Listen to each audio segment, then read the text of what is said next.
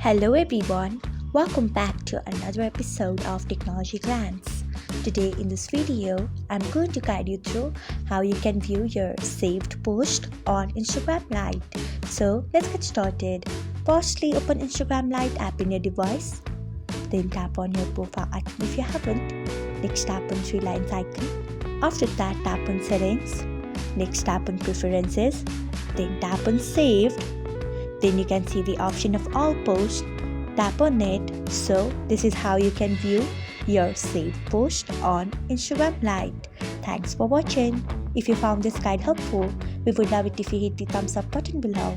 We upload great new tech tutorials like this one every day, so do not forget to subscribe to our channel and hit the bell icon so that you'll never miss another update.